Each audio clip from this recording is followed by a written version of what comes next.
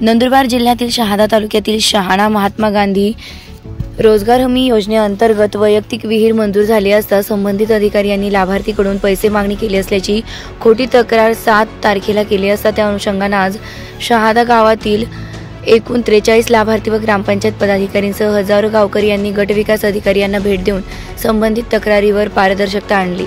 आता कुठेतरी गावाचा विकास होत असून शहादा पंचायत समितीला चांगले गटविकास अधिकारी लाभले असतील। त्यांना तब्बल गावात 30 ते 40 वैयक्तिक विहीर मंजूर केली असता त्यातील 15 विहिरींना भरघोस पाणी लागले असता आदिवासी शेतकरी आर्थिक जीवनमान उंचावेल यात मात्र शंका नाही आणि यासाठी आज गावकरी खोटी तक्रार विरुद्ध गटविकास अधिकारी शहादा यांना निवेदन देण्यात आले। यासाठी ग्रामपंचायत सरपंच सदस्यासह विहीर लाभार्थी व गावातील नागरिकांनी दिलेली तक्रार खोटी आहे असं गटविकास अधिकारी यांना समोर स्पष्ट करून गटविकास अधिकारी यांना गावात येण्याचं निमंत्रण देखील देण्यात आलं असता गटविकास अधिकारी यांनी निमंत्रण स्वीकारून लवकरच गावाला भेट देण्याचं आश्वासन दिलंय। संजय मोहिते, शहादा। जी तक्रार केली गेलेली होती की MRGSच्या जे विहीर होत्या त्या विहिरी चे काम पूर्ण करण्यासाठी काहीतरी लाभार्थींकडून पैसे घेत आहेत अशी तक्रार करण्यात आलेली होती। तर तुम्ही लाभार्थी आहेत का? हो, लाभार्थी आहे मी। आता तुमच्याकडनं काही पैसे वगैरे घेतले? नाही घेतलं, काय 1 रुपया नाही, पैसे नाही घेतले।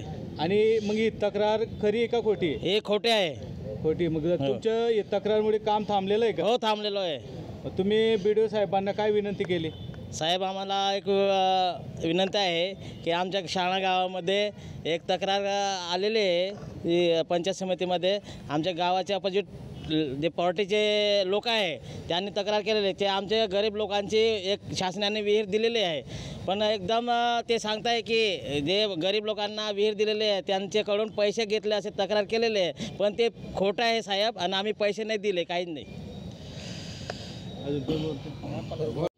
राकेश डेमा ठाकरे, ग्रामपंचायत सदस्य शहाणा। तर काय प्रकार घडलेला आहे नेमका? नेमका प्रकार असा घडलेला आहे, जे जिओ टेकिंगसाठी जे साहेब इंजिनियर येत होते। कोणत्या गावात? आमच्या शहाणा गावात।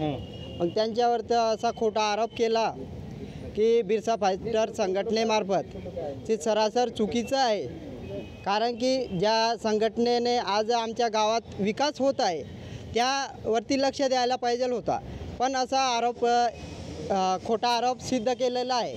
म्हणून माझी संघटनालाही सांगायची एक इच्छा होते की जेणेकरून आपल्या गावाच्या हितासाठी आज विकास कामं होत आहे ते कामं व्हायलाच पाहिजे। आणि आपण किती वर्षापासून वंचित होतो तरी आपल्याला आज जेमतेम लाभ भेटलेला होता, तर तो लाभ जेणेकरून शासनाने दिलेला लाभ असून तर सर्व लाभार्थ्यांना मिळाला पाहिजे।